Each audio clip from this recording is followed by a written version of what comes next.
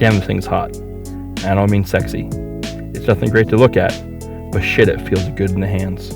This is what $1,200 from B&T gets you. This thing's on fire. Today, we're looking at the Mk2 from B&T. What's up, guys? Welcome back. Today, we have an exciting new product, but first, let's talk about what we do and who we are, since none of you may not know me, but my name is Jeff. I'm the owner of RDR Gear here in Salt Lake City, Utah. And if you've never heard of us, and you're wondering what does RDR Gear do, well, let me tell you. We do canine gear, collars, leashes, harnesses. We do plate carriers, placards, chest rigs, our new PRC plate carrier. We do Safariland holster wraps, front holster mods, kydex, quite a bit of stuff. So if you have not heard of us or seen what we do, swing by our website, check it out, rdrgear.com. You can also find us on Instagram and Facebook. So with that out of the way, let's talk about what we have in this bag.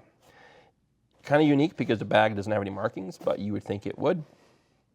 But what's even more weird is, why does this bag have MKii mounting on it for? That's kind of strange. So who knows? But in this bag is a new pistol.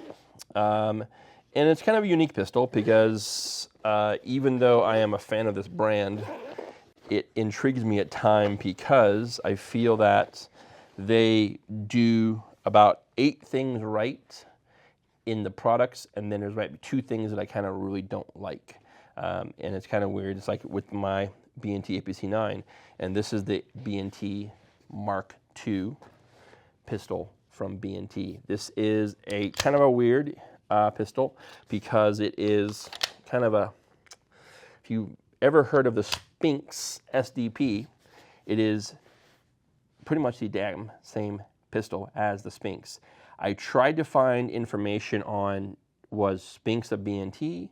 Did B&T take over Sphinx? I couldn't really find any history with Chris Vector and the SDP and B&T because the pistols are damn near identical. I haven't had a SDP for quite a long time, so I can't remember if theirs was a chamfered front end over here, but I'm not quite sure. But same style sights, same style rear sight, everything was the same, decocker, etc.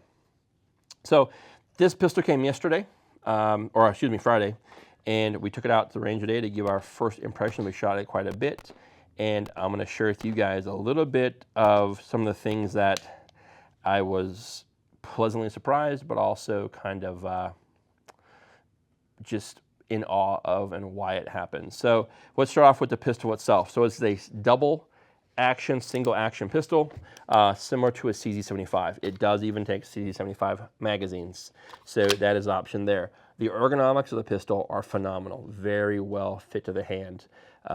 No issue whatsoever there. It is a single action, so safety up, but the detent is very, very minimal. You might hear that, right? But nothing on the down, right? So that was something that was odd.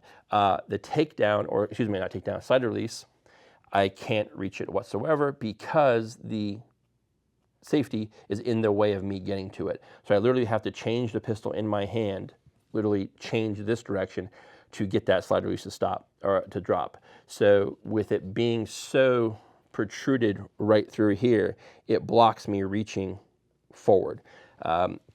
Not sure why that is either. So again, but since it is a CZ75-ish style pistol, if you put your magazine in, rack your slide, round chambers, hammer stays cocked. It does not have a decock. This shape of the hammer, if you can see, has kind of weird swoop.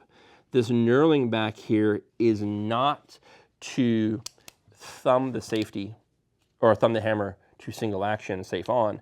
The actual knurling is for you to drop that hammer in the CZ75 fashion. So you reach over, grab the rear of the hammer, depress trigger, feather the hammer forward.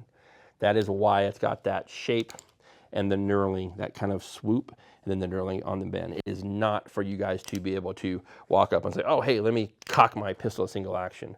Because as soon as you had the slide locked to the rear, you put a magazine in the gun, drop that slide, the hammer stays cocked, safety on.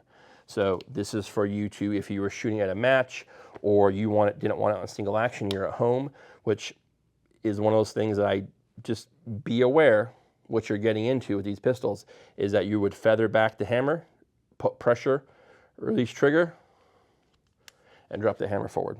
So again, it is a little bit of a unique system in that aspect that it didn't have a decocker, which I didn't know when I got this thing. I bought it because I was able to source one. There's not a lot of information on these, so I wanted it'd be cool to get out there and tinker with it a little bit. So let's move forward on the gun. So the rear is a adjustable rear. It is RMS cut. It is red dot compatible. It does take the RMS shield style red dots, which is kind of a unique red dot option for this pistol. It does take the shield style sights, but it is a very, very low fitting sight, which is kind of cool because if you look at this front sight, man, this thing is minuscule. It is kind of cool though that these work off an Allen key. So if you take the Allen key out, sight slides out, a new one comes in. So for fiber optics, night sights, etc., you can add those into the pistol. So if you owned a CD75, the magazines from your CD75 will fit your B&T Mk2. It is, again, as I mentioned, a CD75. The grip, as I mentioned earlier, super good. That's one of the things I like. The trigger on double action is a little bit long and mushy, and when it does break, it kind of has that forward smash like most double action pistols. But on the single action, the take up is quite a bit, but once you hit that take up, it's very little to get that thing going. So that was pretty impressive today. The trigger was very well. With how tight the pistol is, man, it really did shoot well. So you guys will see more of this in the future with once we get the sight mounted to the pistol, and let's see that change a little bit in regards to function and accuracy of the pistol.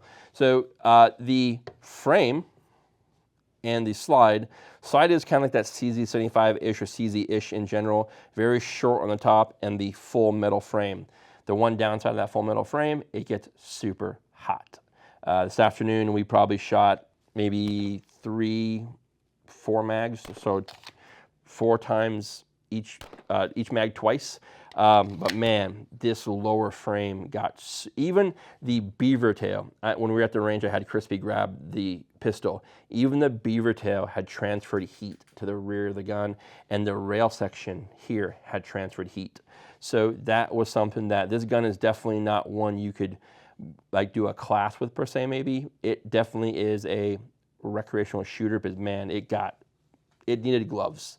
So that's something to consider there. One cool thing on this pistol is, did I mess up the light? Shit. How bad? Go ahead and fix it. I can start over. Sorry, dude.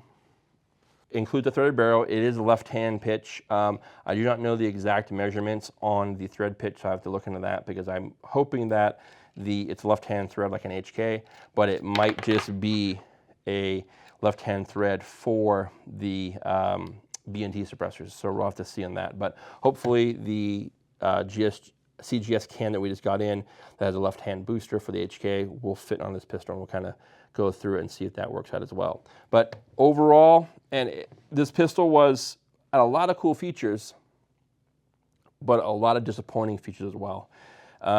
It's weird with B&T. As I mentioned earlier, there are so many cool things, and then like 2 or 3 things that really detract from the pros. So this pistol here, if you were collecting the B&T firearms family and you wanted this to have it in your collection, by all means, these are around $12.50, I think, $12.75, give or take. But it is definitely a pistol that is not going to be one where I'm going to run all the time at the range. This would be a suppressor host pistol only. Might be a home gun and whatnot, but at the end of the day, with the hammer situation, the single action, the frame getting so hot that it did today, being more of a CZ style pistol, which I'm not a fan of in general, this pistol definitely may find a new home, or it's going to end up as a house gun. That is the overall first impressions. I mean, you're going to see more of this from me, guys, once we get the red dot going and we figure out the suppressor thing, but there will be more on this pistol before it finally gets to its final home, whether it stays with me or goes somewhere else. But that is the overall first impressions review of the B&T Mk2 double action, single action pistol. Thanks for watching, guys. As always, we post 2 to 3 videos every week on gear that we buy, gear that we use, gear that we make. If you have any questions, as always, Facebook, Instagram, email. Until next time, be well. Take care.